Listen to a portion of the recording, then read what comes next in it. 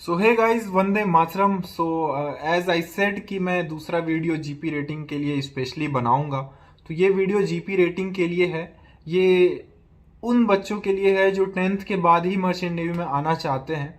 तो GP rating में आने के लिए आपका मिनिमम क्वालिफिकेशन होना चाहिए टेंथ, जिसमें से कि साइंस और मैथ सब्जेक्ट होना चाहिए आपके साथ। टेंथ आप मिनिमम 40% मार्क्स के साथ पास आउट होने चाहिए। इंग्लिश में भी 40% मार्क्स आई गेस रिक्वायर्ड होता है जीपी रेटिंग के लिए। So now, so guys, GP rating क्या है? इसमें क्या होता है कि 6 महीने का आपको एकेडमिक कोर्स होता है। इसमें भी जैसे कैडेटशिप का मैंने बताया आपको 1 साल का होता है, इसमें 6 महीने का कोर्स होता है। और इन 6 महीनों में आपको शिप से रिलेटेड बहुत सारी चीज़ें सिखाई जाएंगी। मेंटेनेंस जॉब से लेके कुछ कुछ पढ़ाई लिखाई सब कुछ सिखाया जाएगा। डिफरेंट टाइप के नॉट्स बनाना सिखाया जाएगा, डिफरेंट टाइप के पेंट्स के बारे में, डिफरेंट टाइप के रोप्स के यूसेस के बारे में और बहुत सारी चीज़ों के बारे में आपको इसमें सिखाया जाएगा।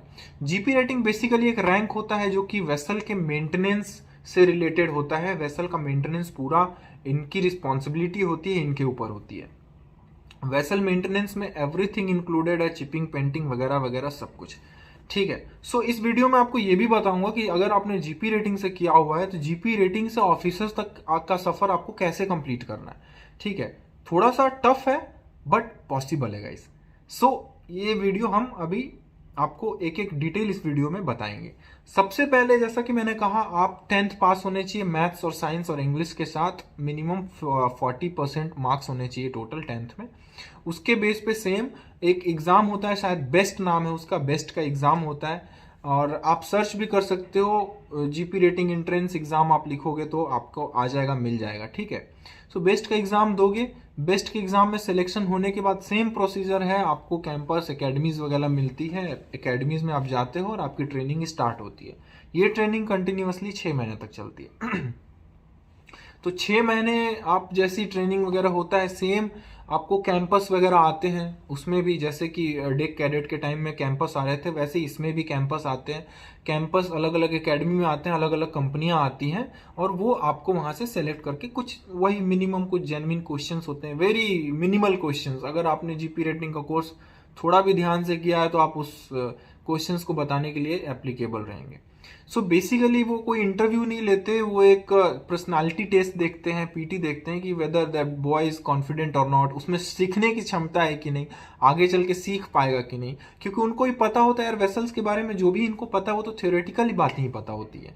ठीक है, प्रैक्टिकल तो किए नहीं होते, तो बहुत ज़्यादा वैसी बातें नहीं पूछेंगे आपसे जो आप बता ना पाओ। वही चीज़ें पूछते हैं जो आप बता पाओ। बट इसके बाद क्या होता है कि आप सीधा ज्वाइन करते हो वेसल। मतलब जीपी रेटिंग आपने करा, पूरा 6 महीना कंप्लीट किया, उसके बाद आप शिप ज्वाइन करते हो। इसकी भी मिनिमम एज लिमिट होता है 17.5 टू 25 ईयर्स ओल्ड होने चाहिए।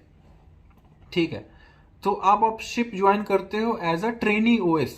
OS means ordinary seaman. As a trainee OS जब आप ज्वाइन करते हो तो इसमें भी लगभग 300 से लेके $600 तक इनिशियली सैलरी स्टाइफंड आपको मिलता है ट्रेनिंग पीरियड में।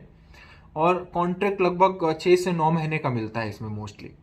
तो इस तरह से आप कंप्लीट करते हो। पहले तो ट्रेनी ओएस, उसके बाद आप बनोगे ओएस, उसके बाद आप बनते हो एबी और उसके बाद बोसन। ये एक ब्रांच जा रहा है ना, ट्रेनी ओएस बने, फिर ओएस बने, उसके बाद एबी बने।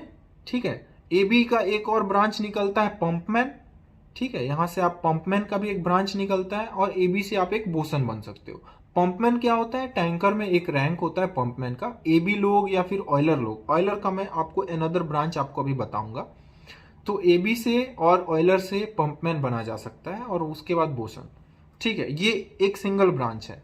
अब दूसरा इंपॉर्टेंट चीज ये है कि जीपी रेटिंग के थ्रू अच्छी बात सबसे ये है कि अब ये कोर्स को ऐड कर दिया गया है। इंजन और डेक दोनों को इस तरह से इनके कोर्सेज को बनाया गया है ना कि इंजन और डेक दोनों की तैयारी करवाई जाती है। तो जो लोग जीपी रेटिंग करते हैं वो अपने इंटरेस्ट के अकॉर्डिंग वो डेक साइड या इंजन साइड चूज कर सकते हैं। अब डेक और इंजन क्या है? जो शिप का इंजन नीचे होता है, जो कि सारी मशीनरी वगैरह वाली जो सेक्शन होती है ना, वो शिप के इंजन में आता है। और डेक मतलब ऊपर। डेक मतलब ऊपर, मतलब वहां से सब कुछ, जैसे मूरिंग हो गया। मूरिंग मतलब शिप को पोर्ट पे जब जाता है तो रस्सियों से बांधा जाता है। और भी बहुत सारे डेक मेंटेनेंस होते हैं, चिपिंग हो गया, पेंटिंग हो गया, ठीक है, और भी दुनिया भर के जो काम होते हैं एकोमोडेशन के अंदर, ब्रिज के ऊपर, ठीक है, सेलिंग के टाइम में वॉचेस होते हैं। सो ये डेक वालों का काम होता है। और इंजन वालों का काम टोटल इंजन रिलेटेड, सब कुछ इंजन से रिलेटेड, इंजन वॉच से रिलेटेड होता है, ठीक है। सो खैर ये तो डिफरेंट टॉपिक है। सो जो जीपी रेटिंग करते हैं, जीपी रेटिंग पास करने के बाद ये उनकी चॉइस होती है कि वो डेक में जाना चाहते हैं इंजन में। सो जो डेक में जाते हैं वो पहले बनते हैं ट्रेनी ओएस, फिर ओएस, फिर एबी। एबी का एक ब्रांच बनता है उधर ऑयलर में, सॉरी, एबी का एक ब्रांच बनता है पंपमैन में, और फिर एबी से एक बनता है सीधा बोसन, ठीक है। नीचे आ जाते हैं, नीचे क्या चलेगा, आपने जीपी रेटिंग कोर्स कंप्लीट किया, अब वहां ट्रेनिंग ओएस बन रहे थे, यहाँ आप वाइपर बनते हो, वाइपर बनते हो, और उसके बाद बनते हो आप ऑयलर, ठीक है, वाइपर और ऑयलर बनते हो। यहाँ का ये चलता है। फीटर जो है, फीटर के लिए डिफरेंट सेक्शन है, उसके लिए डिफरेंट चीजें हैं, कुछ कुछ वो करनी पड़ती है, उसका हम किसी और वीडियो में आपको बताएंगे फीटर के लिए। तो अब जो ऑयलर है वो भी पंपमैन बन सकता है, जो ऑयलर है वो भी पंपमैन बन सकता है। पंपमैन के लिए कुछ नहीं, बाहर कुछ कुछ पंप से रिलेटेड कुछ एक्स्ट्रा कोर्सेज वगैरह होते हैं छोटे मोटे, वो करना है, वो सीखना है, और उसके बाद कंपनियों में, कंपनी अगर लगेगा कंपनियों को कि आप एफिशिएंट हो तो आपको प्रमोट करके पंप ही बना देगी। सो गाइज, अब हम बात करते हैं ट्रेनी ओएस और वाइपर दोनों में लगभग 300 से 600 के बीच की सैलरी होगी। ओएस जो अच्छी कंपनियां हैं, जो ओएस की सैलरी लगभग $1,000-1,200 तक भी जाती है, $1,000 तक तो अच्छी कंपनियां दे देती हैं ओएस को। और सेम वैसा ही जो ऑयलर है, ऑयलर की सैलरी मतलब एबी के इक्विवेलेंट हो जाती है, ठीक है। सो जो अब आते हैं ओएस, ओएस बता रहा था मैं $1,000 तक। इसका एबी, एबी क्या है कि एबी का सैलरी यार बड़ा फ्लक्चुएट होता है, अलग अलग कंपनियों का ना अलग अलग चीज होता है सैलरी का। कहीं $500-600 भी एबी को मिल रहा है, ठीक है, और कहीं कहीं एबी $1,400 तक भी, $1,670-$1,680। स्कॉर्पियो जैसी कंपनियां जो हैं, स्कॉर्पियो हो गया और गुडवुड वगैरह कुछ कुछ का अच्छी अच्छी कंपनियां हैं, उधर $1,600-1,700 तक भी एबीओ को मिल जाता है। और सेम ऑयलर को भी काफ़ी अच्छी सैलरी मिल जाती है। लेकिन यहाँ एक कैच ये है कि जब आप ये करते हो, आजकल मतलब 3-4-5 सालों से ये हो गया कि ओएस, ट्रेनी ओएस का ओएस बनने के लिए वॉच कीपिंग चाहिए होता है, ठीक है, एक वॉच कीपिंग होता है, एक सर्टिफिकेट होता है, वो भी एफिशिएंसी का ही एक वो है। तो वॉच कीपिंग पहले लेना होता है, वॉच कीपिंग का कुछ टाइम पीरियड होता है, वो आप कंप्लीट करते हो तो फिर आपको सीओपी निकालना पड़ता है। सीओपी भी एक सर्टिफिकेट है, ठीक है। तो वॉच कीपिंग विद सीओपी आपके पास होगा तो आप एक एवी बनते हो, और अच्छी कंपनियां आपको एंटरटेन करेंगी और अच्छा सैलरी आप लोगे। उसके बाद पंपमैन की सैलरी $2,000-2,500 तक भी हो जाती है, ठीक है। पंपमैन और बोसन इन दोनों की सैलरी लगभग सेम टाइप से चलती है। बोसन की सैलरी भी 2,000, 1,500 से 2,000 या 1,000 से 2,000 मान के चलो, उनका भी सेम है, पंपमैन का भी, ऑयलर का भी लगभग इसी तरह से चलता है। तो इस तरह से एक जो 10th क्लास से आप 40% के साथ पास होते हो, पास होने के बाद आप एग्जाम देते हो बेस्ट का, एग्जाम देने के बाद आपको एकेडमी मिलती है, एकेडमी में 6 महीना आप करते हो। 6 महीने के बाद इसी 6 महीने में आपको ये समझ आता है कि मुझे ऑयलर बनना है या एबी बनना है, ये आपको डिसाइड करता है। ऑयलर और एबी इसलिए बोल रहा हूं क्योंकि इससे मेरा मतलब ये है कि आपको इंजन साइड जाना है या डेक साइड जाना है, यहां आपको डिसाइड करना है। आप पास हुए, अब आप इंजन या डेक चूज करते हो, और ग्रेजुअली आप इस ट्री को फॉलो करते हो, OS, trainee OS, OS, AB, bosun या पंपमैन जो भी, या फिर वाइपर, ऑयलर और पंपमैन जो भी, ये ट्री आप फॉलो करते हो। एक तो ये नॉर्मल ट्री हुआ, बोसन गए, बोसन पे फिनिश हो जाता है। दूसरा, आप कंटिन्यूअसली एबी तक जाते हो, और एज ए एबी या फिर जो वहां तक पहुंचने के बाद आप टोटल 36 मंथ का सी टाइम कंप्लीट करते हो। कब से कब तक? आप ट्रेनिंग ओएस से लेके एबी के बीच में टोटल 36 महीने का सी टाइम कंप्लीट करते हो। 36 महीने सी टाइम कंप्लीट करने के बाद आप जाओगे वापस सेम फंक्शंस करने, सेम जो डेक कैडेट के बाद सेकेंड ऑफिसर बनने का जो चीज था, अभी आप वहां पे पहुंच रहे हो, ठीक है। क्योंकि अब मैं ओएस से सीधा ऑफिसर बनने का जो वे है वो मैं बताने की कोशिश कर रहा हूँ। सो आप बने, आप एबी होते होते तक या एबी बनने के बाद या टोटल कंप्लीट आपने 36 मंथ सी टाइम कर लिया। उसके बाद अगर आपने 12th नहीं किया तो आपको फाउंडेशन करना पड़ता है कुछ, ठीक है। आप फाउंडेशन करते हो, फाउंडेशन करने के बाद फिर आप फंक्शन करते हो। 2 महीने का फाउंडेशन होता है, उसके 4 महीने का फंक्शन होता है। 4 महीने का फंक्शन करते हो और 4 महीने के फंक्शंस के बाद सेम प्रोसेस होता है। आप पहले एकेडमी का एग्ज़ाम दिलाते हो, उसमें आपको अटेंडेंस शीट मिलता है जो कि इस चीज़ का सूचक है कि आप आगे चल के एमएमडी का एग्ज़ाम दे सकते हो। एमएमडी में जो सेकेंड मेट्स का एग्ज़ाम होता है, ठीक है। और मैंने कैडेटशिप वाले में ये एमएमडी और डीजी के बारे में आपको बताया ही है कि क्या होता है। डीजी मतलब director general of shipping, MMD मतलब मर्केंटाइल मरीन डिपार्टमेंट, ठीक है। सो वहाँ जाते हो, सेम आप सेकेंड मेट्स का एग्ज़ाम देते हो, आप पास होते हो और आपके पास सीओसी आता है, ठीक है। सीओसी आता है और सीओसी के बाद आप फाइनली रेडी होते हो एज अ थर्ड मेट या as a junior officer ship join करने के लिए। लेकिन यहाँ एक बहुत इंपॉर्टेंट बात है, आई डोंट नो कि इस बात को कोई बताता है कि नहीं, बट मुझे लगता है कि ये काफ़ी इंपॉर्टेंट है, आपको जानना चाहिए। जो रेटिंग बैकग्राउंड से जो ऑफिसर्स बनते हैं, कई सारी कंपनियां हैं, बहुत अच्छी कंपनियां, मैं किसी कंपनी का यहाँ पे नाम नहीं लूंगा क्योंकि बहुत सारी कंपनियां हैं जो सीधा बोलती हैं कि हम रेटिंग बैकग्राउंड से ऑफिसर्स नहीं लेते। रेटिंग बैकग्राउंड से जो चीफ मेट बना है, चीफ मेट को लेंगे, बट जो सेकेंड मेट तक है रेटिंग बैकग्राउंड से उनको नहीं लेते। So I don't know what is the issue with this, क्यों नहीं लेते हैं मुझे। बहुत सारी कंपनियां लेती भी हैं, ऐसा नहीं है कि कोई नहीं लेता, बट जो बहुत सारी अच्छी कंपनियां हैं वो नहीं लेती हैं। उसका रीज़न मुझे नहीं पता है। कई कंपनियां तो ऐसी भी हैं कि उस बंदे ने पूरा का पूरा सेल ही उस कंपनी में किया, लेकिन जब वो सेकेंड मेट बना तो उसको सीधा मना कर दिया गया। और बहुत फेमस कंपनी है, मैं उसका नाम नहीं बताऊंगा आपको। सो ये है, बट ऐसा नहीं है कि जॉब मिलेगा नहीं, जॉब मिलता है। मैंने कुछ वीडियोस में, जो ऑफशोर वगैरह के वीडियोस में, मैंने एक चीज़ और बताया हुआ था कि ऑफिसर्स बनने के बाद अगर आप ऑफशोर में जाना चूज करते हो तो वो बहुत अच्छा ऑप्शन होता है। ऑफशोर में रेटिंग बैकग्राउंड और ये वो बैकग्राउंड कुछ भी फर्क नहीं पड़ता है। आपके पास एफिशिएंसी होनी चाहिए, सर्टिफिकेट होना चाहिए, ऑफशोर आप ज्वाइन कर सकते हो, ठीक है। कुछ कुछ उसमें डीपी लाइसेंस वगैरह का कुछ होता है। डीपी लाइसेंस कैसे निकालना वो मैं अलग वीडियो है उसका मैं बना दूंगा। सो इस तरह से आप ऑफशोर वगैरह ज्वाइन करते हो एज अ सेकेंड ऑफिसर। ठीक ठाक ऑफशोर में सैलरी हो जाती है। जूनियर ऑफिसर, थर्ड ऑफिसर का जो सीन है ऑफशोर में, मोस्टली जूनियर का तो रहता ही नहीं है। कुछ कंपनियां थर्ड लेती हैं, नहीं तो सीधा सेकंड ऑफिसर में वो लेती है। मोस्टली ऑफशोर में सीधा सेकंड ऑफिसर का रैंक होता है।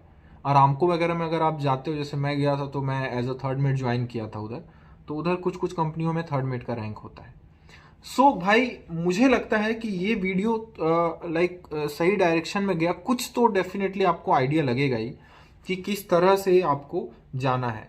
अब सबसे इंपॉर्टेंट बात यह है, कैडेटशिप वाले वीडियो में भी मैंने नहीं बताया था, वो ये है कि जो भी जेन्युइन एकेडमी होती है, ये मैं जानबूझ के आपको इसलिए बता रहा हूँ, ऑब्वियसली अगर आप एग्जाम के थ्रू जाते हो तब तो आपको जेन्युइन एकेडमीज ही मिलती है। अब जेन्युइन एकेडमीज कौन होती है? जेन्युइन एकेडमीज वो हैं जो डीजी शिपिंग से अप्रूव्ड है, डायरेक्टर जनरल ऑफ शिपिंग से अप्रूव्ड। जितनी भी एकेडमीज हैं वो जेन्युइन है। हो सकता है किसी में अच्छा पढ़ाई हो, किसी में नहीं हो उतना अच्छा पढ़ाई, किसी का कैंपस प्लेसमेंट बहुत अच्छा हो, किसी का कैंपस प्लेसमेंट उतना अच्छा नहीं हो, लेकिन डीजी अप्रूव्ड इंस्टीट्यूट के सर्टिफिकेट का जो वैल्यू होता है वो सेम रहेगा, उसमें सर्टिफिकेट में कोई दिक्कत नहीं है, ठीक है। अब प्रॉब्लम यहीं पे हो जाती है यार कि लोग क्या करते हैं ना कि एजेंट के चक्कर में, 10th के बाद यार बच्चा ही होता है, दिमाग कितना मैच्योर होते हैं हम लोग। 10th के बाद लोग क्या करते हैं, एजेंटों के चक्कर में आ जाते हैं, वो दुनिया भर की फ्लैशबैक में ले जाते हैं एजेंट की। भाई देखो ऐसा फॉरेन में घूमेगा, कहीं दुबई तो कहीं यूएस, कहीं अमेरिका, कहीं फ्रांस, पेरिस वगैरह, दुनिया भर के सपने दिखाते हैं। पासपोर्ट बनाने के लिए बोल दिया तो बच्चा वैसे ही टेंशन में आ जाता है, अरे बाप रे पासपोर्ट बना रहा मतलब फॉरेन में जाऊंगा। तो भाई ये सारी चीजें जो दिखा के और फाइनली क्या करेगा कि 15-20 हजार रुपए का STCW कोर्स करा देते हैं लोग कहीं से आसपास से, और एक तो आपको सीओसी धरा देंगे। वो सीओसी होता है, ये क्या बोलते हैं, ओपन सीडीसी पकड़ा देंगे और बोलेंगे भाई हो गया, अब जाओ कंपनी ढूंढो, अब तुमको सीधा फॉरेन में मिलेगा। मैं ये नहीं बोल रहा हूँ नहीं मिलेगा, ओपन सीडीसी वालों को भी मिलेगा जॉब। लेकिन बात यह है कि ओपन सीडीसी वाले कभी किसी अच्छी कंपनी में काम नहीं कर पाएंगे, 95% केसेस में नहीं, ठीक है। उनको जॉब कहाँ मिलता है, डिलीवरी वॉयज मारना है, कहीं किसी कंट्री से जहाज लेके आना है, ठीक है, सीवेज उसमें जाना है, कुछ ऑपरेशन जो होता है सैल्वेज ऑपरेशन, मतलब तेल वेल कहीं लीक हो गया है, टैंक खराब हो गया तो उसके अंदर घुसो फावड़ा और वो लेके उधर जाके टैंक साफ करने के लिए 1 सप्ताह 1 महीना का जॉब मिल गया। 10 दिन का जॉब मिल गया, यही रहेगा ज़िंदगी भर। ज़िंदगी भर भाई झाड़ू पोछा करते रह जाओगे, न निकल पाओगे, न कुछ कर पाओगे, कुछ नहीं, मतलब लाइफ एकदम हेल हो जाएगी। उससे अच्छा है यार कि वहाँ जितना पैसा मिलेगा उससे अच्छा तो भाई नौकरी करके घर पे कमा लोगे। तो क्या ज़रूरत है इस तरह से जाने के लिए, घर वालों से दूर, इतनी दूर घर वालों को छोड़ के इंसान जाता है, ये 1000-15,000 के लिए जाएगा तो क्या फ़ायदा यार। और कोई करियर नहीं, कोई लाइफ नहीं, कुछ नहीं, डेंजर दुनिया भर का। कभी भी, इसीलिए मैं बोलता हूँ एजेंट के चक्कर में नहीं पड़ना है। बीच में ये भी चल रहा था कि कुछ बहुत सारे नॉन डीजी अप्रूव्ड एकेडमीज है, जो डीजी से अप्रूव नहीं है, वो भी करवा रही है जीपी रेटिंग और कैडेटशिप। वो पता नहीं कहाँ पनामा और पता नहीं बहामास और कौन सी दुनिया का पता नहीं साला कोर्स उन लोग एफिलिएटेड रहते हैं, आपको कोर्स करवा देंगे, सर्टिफिकेट दे देंगे, कंपनियां देखेंगे आपको लात मार के भगा देगी, कहीं वैल्यू नहीं। वैल्यू है भाई इंडियन सीडीसी का, वैल्यू इंडियन सीडीसी का है, और वो भी जब आप पूरा प्रोसीजर के थ्रू इसको हासिल करते हो तब। ऐसा नहीं कि आप 1000 रुपए दे दिए और आपको सीडीसी मिल गया। तो गवर्नमेंट का भी बीच में मैं सुना था कि 1 लाख सी फेरर्स को हमने नौकरी दिया। भाई नौकरी नहीं दिए, आप सीडीसी पकड़ा दिए, जॉब का तो कोई पता ही नहीं है कि कहाँ है। ये सब चीजें भाई थोड़ा सोच समझ के डिसीजन लीजिएगा। और जो फाइनेंशियल वाली बात है, मैंने कैडेटशिप वाली वीडियो में इस चीज़ को बताया है कि फाइनेंशियल आपको स्टेबल होना है। इसमें भी आपको लगभग 5 लाख तक टोटल आपको खर्च जीपी रेटिंग करने में भी लगभग आ जाएगा। एकेडमी टू एकेडमी डिपेंड करता है, लेकिन इतना तक तो आपको लग ही जाएगा। बट अच्छी बात यह है कि जीपी रेटिंग के थ्रू अगर आपके पास एक बार एक्सपीरियंस आ गया ना, तो आपको जॉब की दिक्कत नहीं होगी। अच्छी अच्छी कंपनियां आपको हमेशा उठाती रहेंगी, आपको जॉब मिलता रहेगा। ठीक है, सैलरी भी बोसन वगैरह बनने तक सैलरी इतना होता है कि आप अपनी फैमिली को संभाल सकते हो। ठीक है, अब यार सेम आपको जैसा कि मैंने बोला ऑफशोर और मेन फ्लीट, तो यहाँ पे जो आपको कॉन्ट्रैक्ट मिलेगा वो 9 मंथ का मिलेगा। जीपी रेटिंग के जो कॉन्ट्रैक्ट के टेन्योर होते हैं वो 9 मंथ के मिलते हैं मेन फ्लीट्स में, ऑफशोर में 6 महीने तक का भी मिलता है। ये सारी बातों को ध्यान में रखते हुए आप चूज कीजिए कि आपको मर्चेंट नेवी ज्वाइन करना है तो क्यों करना है, कैसे करना है, आप क्या चाहते हो इसको ज्वाइन करने के बाद। और दिमाग में ये बात जरूर रखिएगा कि कुछ भी हो जाए सिर्फ STCW 15,000 का करके ओपन CDC के थ्रू इसमें नहीं आना है। ठीक है, या तो मत आइए, लेकिन इस तरह से मत आइए, किसी भी एजेंट के चक्कर में नहीं पड़ना है। गूगल बाबा से पूछिए सीधा, GP rating DG approved course के लिए कौन सा एग्जाम होता है, सीधा लिखिए जीपी रेटिंग डीजी अप्रूव्ड, आप गूगल पे सर्च करोगे तो खुद ही खोल के आपको सब कुछ बता देगा, है ना। जीपी रेटिंग मतलब जनरल पर्पस रेटिंग होता है, शॉर्ट में जीपी रेटिंग आप लिखिए तो आपको बता देगा कि भाई क्या होता है, कैसे करना है, एग्जाम कब कब होता है, सब कुछ आपको वहां मिलेगा। आपको कहीं किसी से पूछने का कुछ जरूरत नहीं। कभी कभी क्या है कि थोड़ा मेहनत इंसान जब खुद करता है ना, तो उस चीज की वैल्यू हमें ज्यादा होती है, हमें अच्छा फील भी होता है। ठीक है, तो खुद से मेहनत कीजिए। कुछ जो बातें मैं नहीं बता पाया हूं उसको आप खुद से सर्च कीजिए, हो सकता है कुछ मिस हो गया होगा, आई डोंट नो, उसको सर्च कीजिए। नहीं समझ आता है तो डिस्क्रिप्शन में हमेशा मैं इंस्टाग्राम का लिंक देता हूं, आप वहां मुझे सीधा मैसेज कीजिए इंस्टा पे, जो भी क्वेश्चन जो भी क्वेरी है आप पूछिए, definitely I will get back to you. आपका जो भी समस्या है उसका समाधान मैं करने की कोशिश करूंगा जहां तक मुझे पता होगा। नहीं पता होगा तो मैं ढूंढ के लाके बताऊंगा, बट बताऊंगा जरूर आपको। मेरा पर्पस यही है यार, ये चैनल, ये इस तरह के वीडियोस बनाने का, मैं चाहता हूं कि कम से कम जो फ्रॉड्यूलेंट हो रहा है ना मर्चेंट नेवी के नाम पे, वो थोड़ा सा बंद हो जाए। बहुत ज़्यादा फ्रॉड्यूलेंट है यार, आप मुंबई में जाओगे तो आपको समझ आएगा कि चीज़ें क्या चल रही है। ठीक है, ऐसे भी अगर आपको लगता है ना कि इस प्रोफेशन के बारे में ज़्यादा अच्छे से समझना है, तो एग्ज़ाम वगैरह देने से पहले एक बार आप किसी तरह मुंबई जाइए। ठीक है, मुंबई में बेलापुर वगैरह जैसा एरिया, बेलापुर है, CBD बेलापुर, वहाँ मैं ज़्यादा रहा हूँ तो वहाँ के बारे में बता देता हूँ। बेलापुर जाइए और कम से कम 15 दिन आप बेलापुर में किसी भी लॉज में आप रुक जाइए। 15 डेज किसी भी लॉज में बेलापुर में आप रुकिए और सिर्फ लोगों का बात सुनिए और कुछ मत कीजिएगा। ठीक है, किसी के बात पे भरोसा नहीं करना है, सिर्फ सुनना है। आपको सब कुछ, आटा चावल दाल का भाव सब समझ आ जाएगा। ठीक है डियर, आई होप कि वीडियो को ज़्यादा लंबा नहीं खींचना चाहिए। आई होप कि मैंने कोशिश करा है कि जितना ज़्यादा हो सके आपको समझा पाऊँ इन सब चीज़ों के बारे में, और हो सकता है कि आपको समझ भी आ गया होगा। अगर आया होगा तो थैंक यू सो मच। मेरा जो ये वीडियो बनाने का जो मकसद है वो कंप्लीट हो गया है। एंड कोई भी क्वेश्चन है तो as I said, any time you can DM on my Insta, मैं जल्दी ही उसका आंसर कर दिया करूँगा जो भी रहेगा। ठीक है, thank you so much, wish you all the luck, Vande Mataram guys.